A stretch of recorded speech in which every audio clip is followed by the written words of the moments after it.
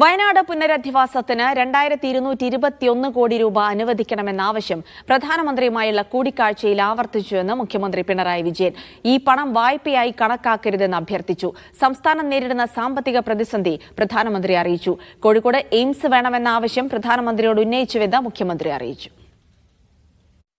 മുണ്ടക്കൈ ചൂരൽമല ദുരന്തബാധിതരുടെ പുനരധിവാസം അതിന് NDRFിൽ നിന്ന് 2221 കോടി രൂപ ഗ്രാന്റ് അനുവദിക്കണമെന്ന ആവശ്യം പ്രധാനമന്ത്രിയുടെ അടുത്ത് ആവർത്തിക്കുകയുണ്ടായി. ഇത് വായ്പയായി കണക്കാക്കരുത്, ദുരിതാശ്വാസത്തിനും പുനർനിർമ്മാണത്തിനുമുള്ള ഗ്രാന്റായി പരിഗണിക്കണമെന്നാണ് അഭ്യർത്ഥിച്ചത്. അതോടൊപ്പം സംസ്ഥാനം നേരിടുന്ന സാമ്പത്തിക പ്രയാസങ്ങളെക്കുറിച്ച് പ്രധാനമന്ത്രിയെ ബോധ്യപ്പെടുത്താൻ ശ്രമിച്ചു. കേന്ദ്രം കേരളത്തിന്റെ കടമെടുപ്പ് പരിധിയിൽ കൊണ്ടുവന്ന നിയന്ത്രണങ്ങൾ ലഘൂകരിക്കുന്നതിനും സാമ്പത്തിക പരിധിയിൽ വരുത്തിയ വെട്ടിക്കുറവ് ഇല്ലാതാക്കുന്നതിനും പ്രധാനമന്ത്രിയുടെ പിന്തുണ വേണമെന്നാണ് നമ്മൾ ആവശ്യപ്പെട്ടത്. കോഴിക്കോട് കിനാലൂരിൽ നമ്മൾ സ്ഥലം കണ്ടെത്തിയിട്ടുണ്ട്.